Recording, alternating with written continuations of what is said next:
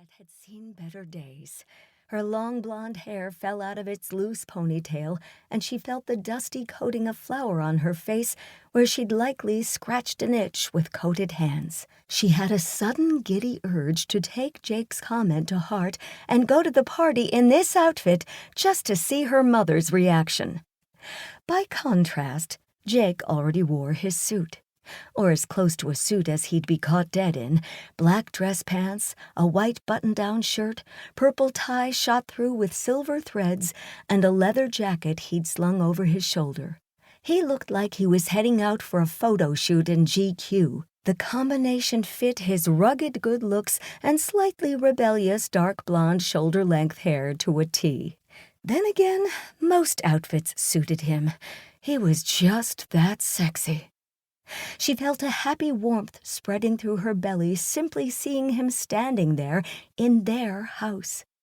Jake had moved in a few weeks ago, and already the cozy Victorian overlooking the Frog Ledge town green felt even more like home. "I may," she said, answering his question. "You think my mother would approve?" She giggled, imagining the reaction. Patricia wouldn't wear an outfit like this to clean the house. Not that she ever did that. Never mind to a hoity-toity engagement party. "Kristan," she would say in that haughty tone she perfected probably before she could walk, "whatever are you thinking? Moving to this tiny town has affected you terribly." It wouldn't be a particularly good argument, since Patricia lived here most of the time, too, with her beau, the mayor, Tony Falco. Hence the reason for the fancy party tonight. Patricia and Tony wanted the entire town, or the most influential people anyway, to be part of their big engagement celebration. Which meant Stan had to show up and smile or hear about it forevermore.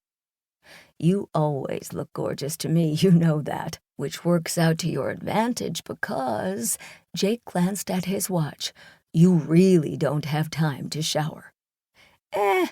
She shrugged. "Too bad it's not a costume party. I could go as the gardener. My mother wouldn't even notice me. Wait, yes, she would." She corrected herself. She'd expect the gardener to wear pantyhose. She let out a loud, long-suffering sigh. "I wish I could call in sick.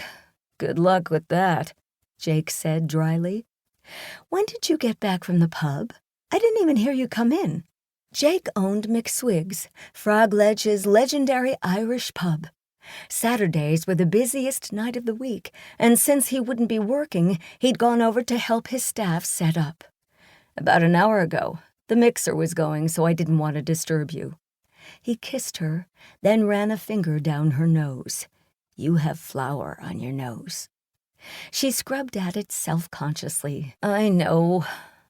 So much for the dogs warning me about someone coming in," she said. "I should stop letting them taste test if they're going to ignore the fact that another human walked through the front door and spent an hour here without me knowing. Then there'd definitely be mutiny.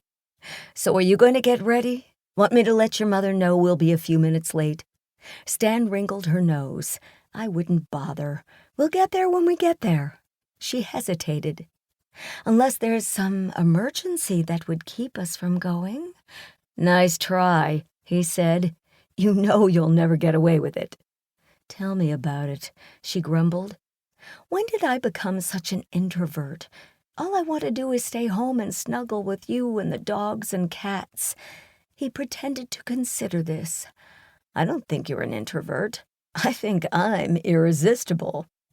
"You may be right," she groaned. "I guess I'd better get going." Jake slipped his arms around her, hugging her tight. "It'll be fine," he said. "We'll go for a few hours, then slip out. No problem. The worst that can happen is that we're bored to death, right?" She hugged him back, resting her head against his chest. "You never know with my mother," she said. "But you're right. I have to change my attitude. This will be fun."